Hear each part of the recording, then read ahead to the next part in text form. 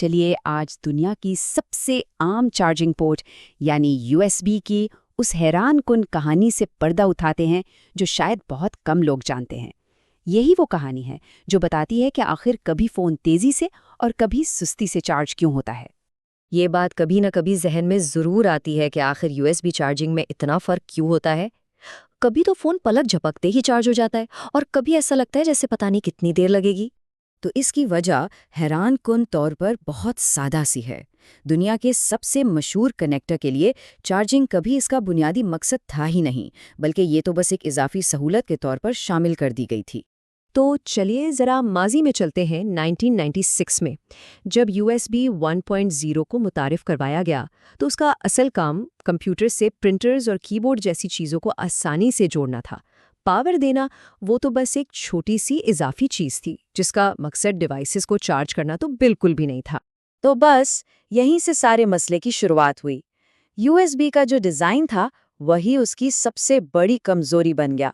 USB 1.0 और 2.0 ये दोनों सिर्फ 500 मिली एम्पियर करंट दे सकते थे।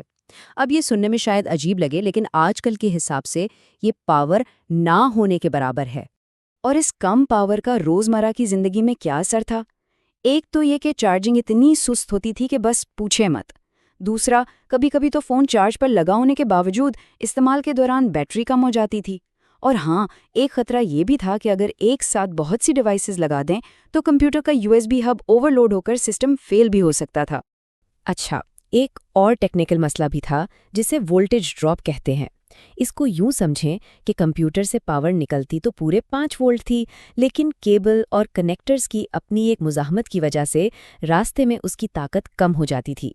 और नतीजा ये कि फ़ोन की बैटरी अक्सर 70% से ऊपर जा ही नहीं पाती थी। तो जाहिर है इन मसाइल को हल करने के लिए ज़्यादा पावर की ज़रूरत थी। और यहीं से यूएसबी की कहानी में एक नया दिलचस्प बाब शुरू होता है। तो पहली बड़ी बेहतरी आई 2008 में यूएसबी 3.0 की शक्ल में।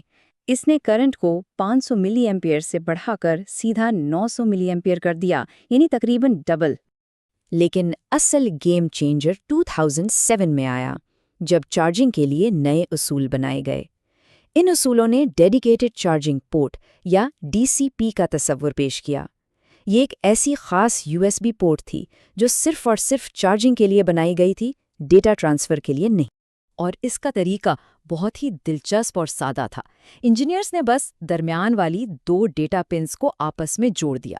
ये डिवाइस के लिए एक तरह का खुफिया सिग्नल था कि फ़िक्र की कोई बात नहीं, यहाँ से ज़्यादा पावर आराम से ले सकते हो। इस छोटी सी तब्दीली का असर बहुत बड़ा था। पावर 2.5 वॉट से बढ़कर 4.5 वॉट हुई और फिर डीसीपी के आने से ये 7.5 वॉट या इससे भी ज़्यादा तक पहुंच गई। अच्छा, चलिए इस कहानी में एक छोटा सा ब्रेक लेते हैं और कुछ ऐसी आम गलतफहमियों और सवालों पर बात करते हैं जो अक्सर चार्जिंग के बारे में जहन में आते हैं। सबसे आम सवालों में से एक, क्या एक बहुत ज़्यादा ताकतवर चार्जर डिवाइस को ख़राब कर सकता है? और इसका बिल्कुल साफ और सीधा जवाब है नहीं। जैसा कि बैटरी यूनिवर्सिटी का माखज़ बताता है, असल कंट्रोल चार्जर के पास नहीं बल्कि डिवाइस के पास होता है। वो सिर्फ उतनी ही पावर लेती है जितनी उसे ज़रूरत है। इसको समझने के लिए लैंप और टोस्टर वाली मिसाल बहुत ज़बरदस्त है। सोचें, एक ही दीवार के सॉकेट में जब लैंप लगाते हैं तो वो कम बिजली लेता है, जबकि टोस्टर अपनी पूरी ताकत से बिजली खींचता है। मतलब सॉकेट तो पावर दे रहा है, लेकिन कंट्रोल हमेशा डिवाइस के हाथ में होता है। वैसे एक और मज़े का फीचर है स्लीप एंड चार्ज। ये कुछ कंप्यूटर्स में ऐसी खास यूएसबी पोर्ट्स होती हैं जो कंप्यूटर बंद होने पर भी पावर देती रहती हैं। इनकी पहचान अक्सर ये होती है कि ये पीले या लाल रंग की होती हैं या इन पर बिजली का एक छोटा सा निशान बना होता है।